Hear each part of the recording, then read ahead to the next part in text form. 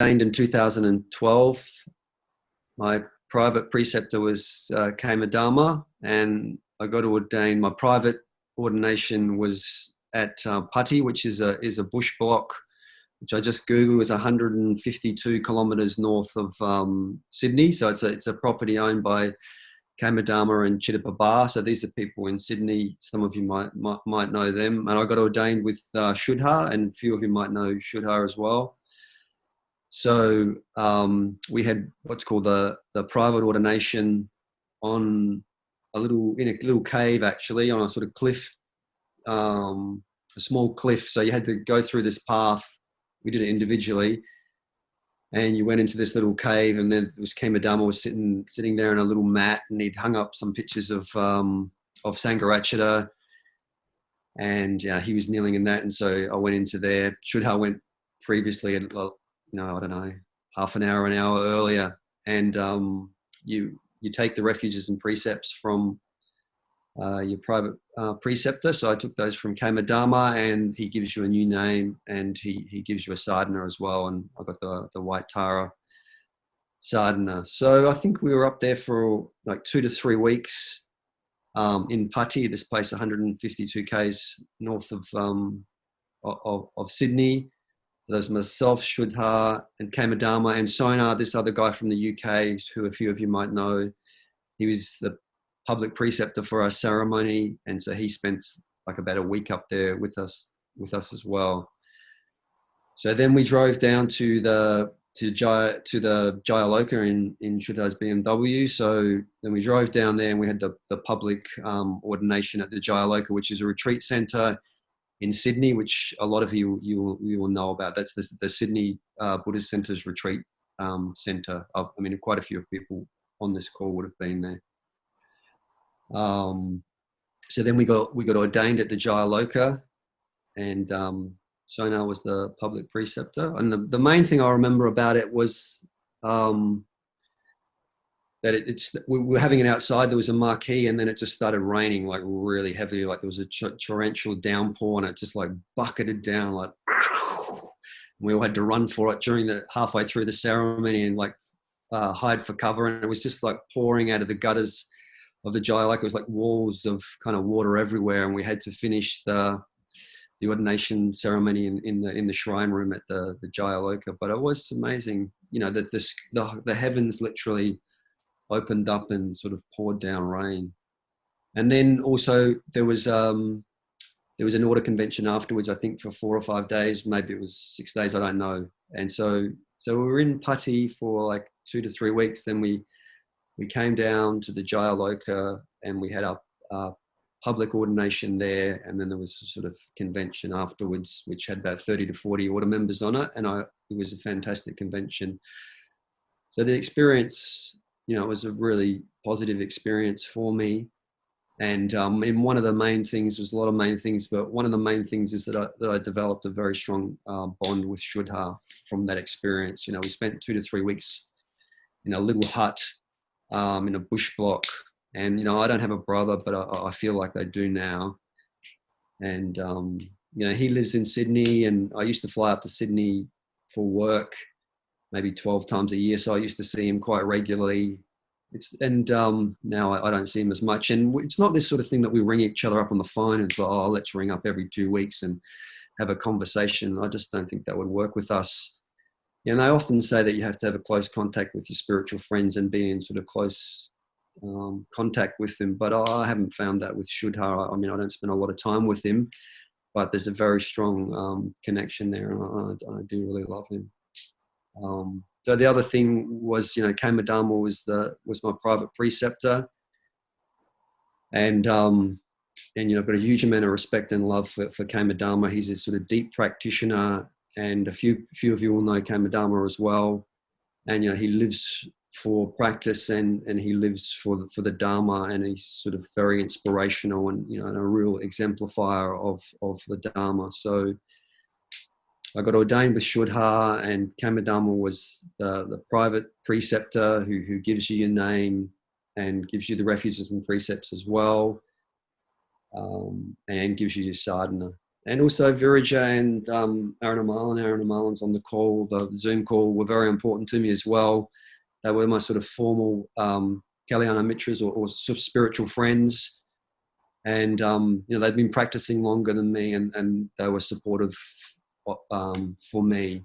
So we did make it formal. I don't know how many years before I was ordained. And, it's sort of interesting about ritual, and it was important, I think, to have that ritual. It is something you can fall back on, or as a support to you, or think, they're my official, they're my KMs, and it means something. And yeah, so also you're given a new name. So I was given the name Viryasiddhi. So Viryasiddhi means accomplished in energy and valor.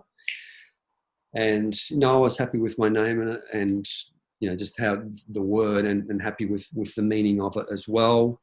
I mean, I don't use my order name with my family. I don't use my order name at work. I've finished work now, but I don't use it at work, and I don't sort of use it with my old friends. It would just be too odd that they've known me all my life as one name, and then sort of ask them to call me something else. And I know it's sort of an issue, like some order members are really into that, and wanting their family and everything to sort of call them by their name or whatever. And I think that's great as well, but it's not something that I've kind of really done. And and so maybe it's, I think your name is sort of like an expression, so it is sort of you sort of coming out in a sense. So that's just something, so I'm using my kind of order name as much as I can, more and more situations, but I haven't kind of used it with my kind of old connections. And when I go to get my coffee now and they want to put your name on the cup, I just put V. As I say, just put V. So, and I was given the White Tara Sadhana. The White Tara Sadhana is she who fulfills all wishes. So it's a tantric practice, your sadhana. So it's a sort of sound and vision,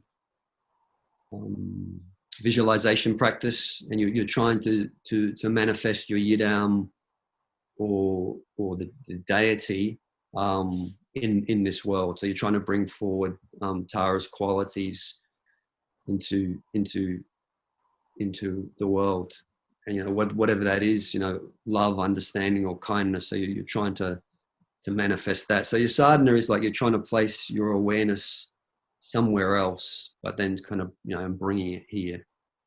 You're trying to transform your sort of views about what's real and what's existent, what existence is, and then how your heart kind of responds to the world and the people in it. So your sadhana becomes your daily meditation practice. So the idea is, that's your main daily meditation practice that you do every day. And you can do your mindfulness of breathing or add the metta bhavana on that, but that's what you're told to, try to make your sadhana your meditation practice, which is what I've done for 8 years. So I've done that every day, sometimes less formally than sometimes, more formally. I try to do it, go through the sadhana. And the other thing is you sort of join a chapter. So, you take the refuges and precepts, you're given a new name, you're giving a meditation practice or a sadhana practice, and then you join a chapter. So that's just sort of your sort of initiation into the order. And so I've had weekly chapter pretty much continually for 8 years as well. And my experience of chapter has been very positive. So I know that some people, have mixed experiences of chapters and, yada, yada, yada, blah, blah, blah. But, my experience of chapter, has been very good, very positive. So, the ordination process, you're sort of developing, in the ordination process and joining the order, you're sort of developing friendships with people also that are more experienced than yourself, and trying to grow and develop in a certain direction. And I was just thinking this as I was writing this down yesterday, and it's so the Buddha refuge is Buddha means enlightened mind. So you're basically going to refuge to the awakened mind or to the mind. So basically you're going to refuge to your own mind. So, you know, turning towards your mind. Turn over my page here. What else? So I found, you know, coming into the order and the ordination process very enriching and very rewarding. You know, becoming, you know, being a friend, then a mitra, and then a GFR mitra, hopefully, and then an order member. Hopefully that makes sense to most of you. You know, it's been great, and you know, there's been some challenges, but you know what in life doesn't have challenges, and I think the rewards have, you know, massively outweighed any challenges. And I think the other thing that's worth kind of saying to people about, you know, being in the order is an order member is not necessarily an order member. It's not that you're an order member or you're not an order member. There's differences between order members, and there can be an order member that's been in the order for 2 years or 1 year, and there can be an order member that's been in the order for 20 years. And so, you know, hopefully that there's a difference in those type of order members, you would hope. So it's just a point on the journey that they sort of put a caser around your neck, and it's just like, you know, keep going. Hope that helps. I mean, I was kind of the same as everyone else. I guess I think you don't walk in the doors of a center and going, oh yeah, order member, yep, that's for me. It's a sort of slow unfolding process or thing, you know, of just putting one foot in front of the other. You know, I wanted to learn to meditate. I wasn't particularly happy and, you know, stressed out, and I just wanted to be happy. And, you know, my wife and I we were in Melbourne, and we moved up from Melbourne to Sydney in 2001. And we basically spent 5 years in Sydney to 2006. Then we came back to Melbourne in 2006. But, you know, so I was living there with my wife, Angela. And, you know, before I went up there, I was kind of looking around. I went to the Tara Institute down here in Melbourne, you know, and it's run by Tibetans, and it was just all too hard. I did some TAFE course on sort of meditation, and that was quite good. And I think it was some Hindu group though. And then I went to this group on Brunswick Street, this kind of weird group. They're all in white. It's all these women. I think it's some Hindu group as well. But then we moved to Sydney. So then when we moved to Sydney, it was like, yeah, I want to learn how to meditate. And so I just Googled, you know, meditation in the area. We were living in Balmain, and the Sydney Buddhist Centre came up. And so that's in Newtown in Sydney. And I thought, oh, well, I'll try that. So it's just the introduction to meditation course. And so I went there, and I always remember this. And I said, oh, I don't know about this, and I don't know if I want to do it or not. So I just want to pay for the first night. And they said, fine, which I always remember that. And so we should do that too. Otherwise, we wouldn't be here. It's like, oh, I don't know if this is for me. I'm just going to pay for one night. If I don't like it, then I'm not coming back. And they said, okay. But I did come back, and that had Kama Dharma there, that had Chitapa Bar there, and it had another guy called Ratna Jyoti. And yeah, I really enjoyed meditation, and I thought meditation was a really powerful practice. I remember that group, it was just a bunch of rat bags. It was like, it's in Newtown in Sydney, and it's like a powder keg there, and it was the people in that course, it was like the bar scene from Star Wars. But then as soon as that course was finished, they said, do you want to do another course? That was Chitapa Bar and on the Heart Sutra. And then a bunch of us sort of just did that course again. And so that's how it kind of started from me in Sydney. And I was saying this to someone else the other day. I always remember Sydney from that time. You know, this was sort of early, so from 2001 to 2006, and the place was on fire. There was so much happening there, and there was so many people, and there was just something in the atmosphere there. It was very exciting to be a part of. But then in 2006, we moved down to Melbourne. That was back to Melbourne for work.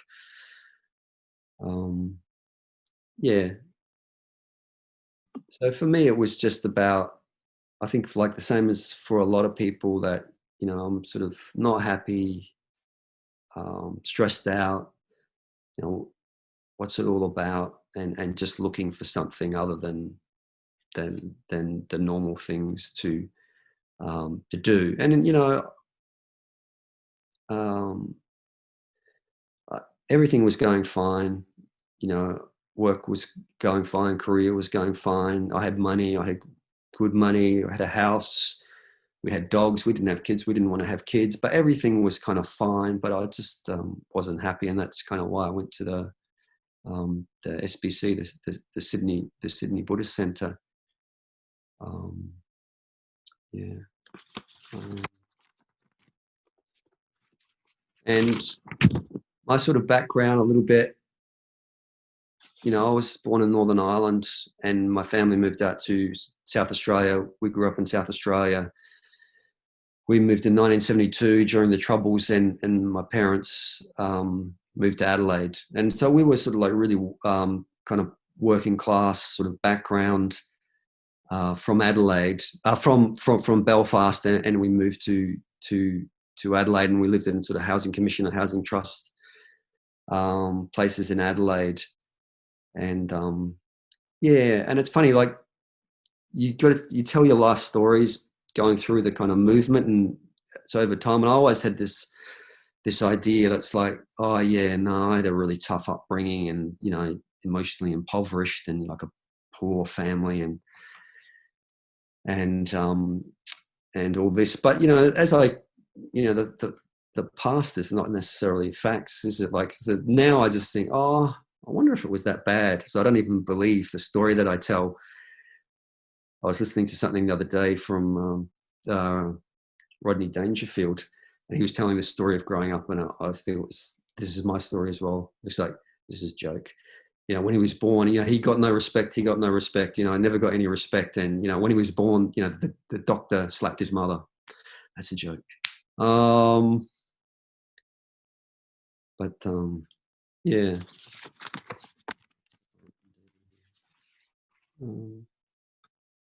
And I know, that, I found the order pretty straightforward, and I haven't had a lot of issues in order life, and I haven't had a lot of problems, and I haven't felt there's been a lot of blockages or anything. Nothing moves in a straight line, and the tide, comes in and out, and you get in what you put out. But Triratna produces a lot of good product. There's very good quality people within the movement, within Triratna. And so I mean, I would say that I would encourage people, if they want to move in a certain direction within Triratna, and you'll get support, and you will get help if you want it. So I think it's been great. My sort of process in the order so far has been very good.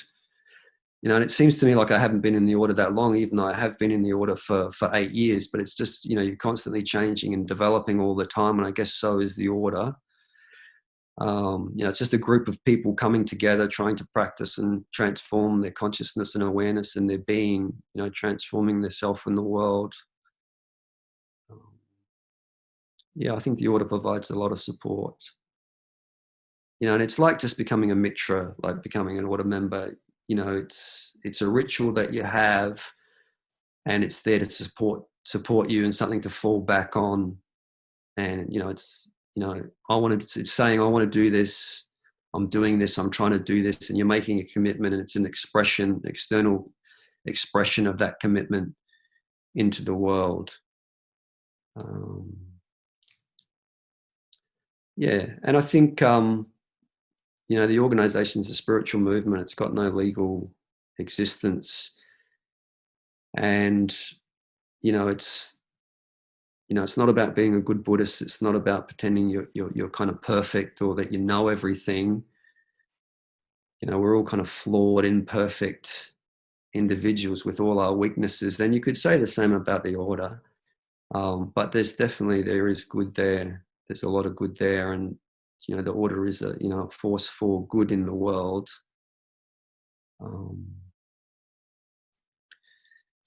That's all. That's what I wrote down. So that's what I've said. That's it.